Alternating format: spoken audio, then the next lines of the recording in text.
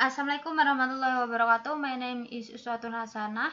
Right now, I want to explain about syntax. The first is, what is syntax? Syntax is a branch of linguistics that studies how words are combined to form sentence and the rules that govern the formation of the sentence. Jadi syntax itu kita juga bisa menyebutnya sebuah cabang dari linguistik yang mempelajari tentang bagaimana sebuah kata bercombine atau bergabung untuk menjadi sebuah sentence atau sebuah kalimat. Nah, mempelajari juga mengenai aturan yang mengatur dalam formasi dari sentence itu sendiri. Jadi kesimpulannya adalah syntax is the study of sentence structure. Syntax mempelajari tentang sentence structure. Sebelum kita mempelajari lebih jauh mengenai sentence, maksud saya syntax, kita juga harus terlebih dahulu mengetahui apa itu sentence. Sentence adalah unit linguistik yang terdiri dari satu atau lebih kata-kata yang secara tata bahasa saling berhubungan. Seperti itu. Ini adalah elemen of syntax. Yang pertama adalah part of sentence, yang kedua adalah clause, yang ketiga adalah sentence structure, dan yang keempat adalah phrase. I have an example. Yang pertama adalah Johnny saw Jay, dan yang kedua adalah Jay saw Johnny. Di dalam kalimat ini kita bisa melihat semua katanya sama, dari Sony, ada Johnny, saw, ada saw, Jay, ada Jay, tetapi mempunyai arti yang berbeda, yang mempunyai arti yang sangat berbeda. Dalam sintaks ini kita juga mempelajari tentang siapa yang dituju dari kalimat tersebut. Ini yang sentence pertama yang dituju adalah Johnny, dan yang sentence kedua adalah yang dituju adalah J. Example yang kedua, saya mempunyai sebuah kalimat, my brother repairs his motorcycle.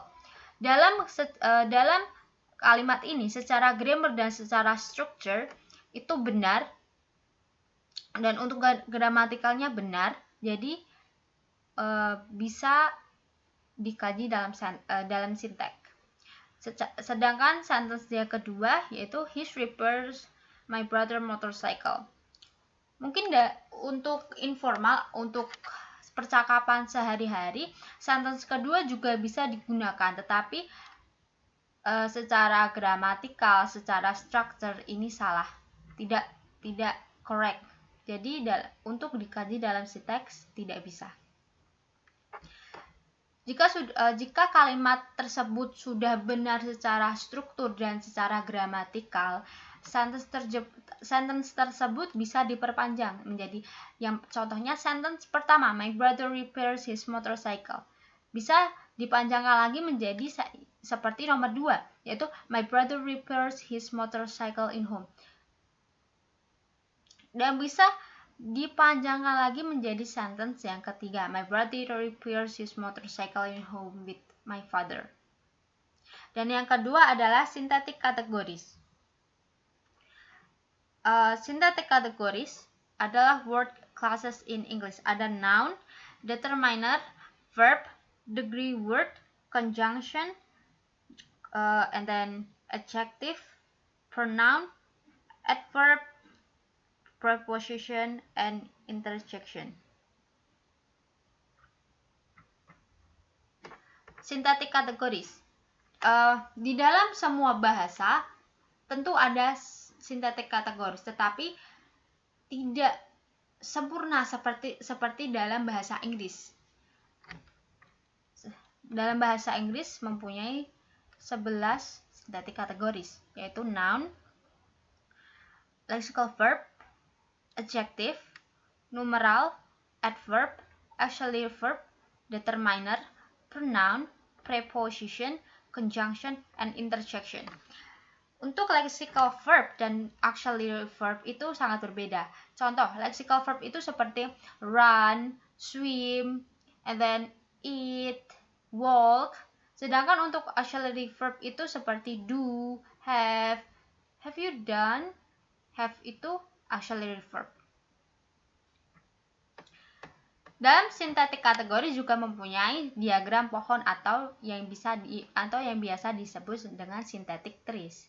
In order to conduct synthetic analysis including drawing syntactic trees, first we need to determine the synthetic categories of individual words. Saya mempunyai sebuah example sentence, yaitu my brother repairs his motorcycle. Jadi dalam diagram pohon ada sebuah kalimat, kalimat itu harus dipecah-pecah. Maksud saya dipecah-pecah menjadi individual word dan dikaji lagi untuk mengetahui sintetik kategorisnya. Seperti my dipecah menjadi pronoun, brother itu dipecah menjadi noun, repairs itu dipecah menjadi lexical verb, his itu pronoun, dan motorcycle itu noun. Dan yang terakhir adalah konstituen. Konstituen merupakan tingkatan tengah antara word dan sentence. Konstituen juga cara yang paling sederhana untuk menggabungkan kata dalam sebuah kalimat.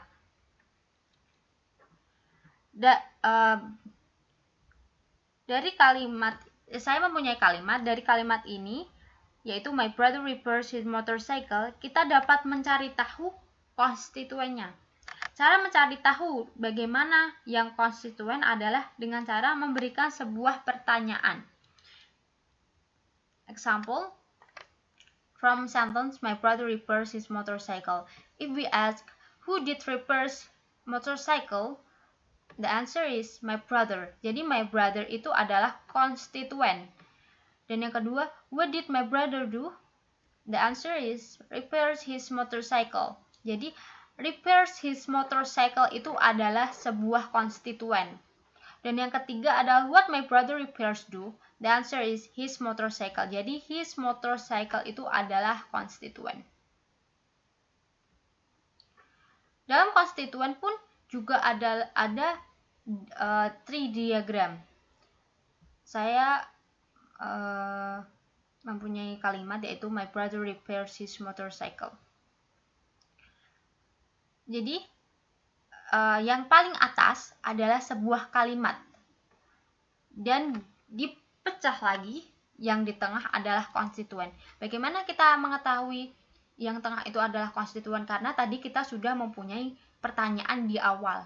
Seperti siapa yang repairs motorcycle? Jawabannya my brother. Jadi ini adalah konstituen. Lalu apa yang dilakukan kakakmu? Jawabannya repairs his motorcycle. Ini adalah konstituen.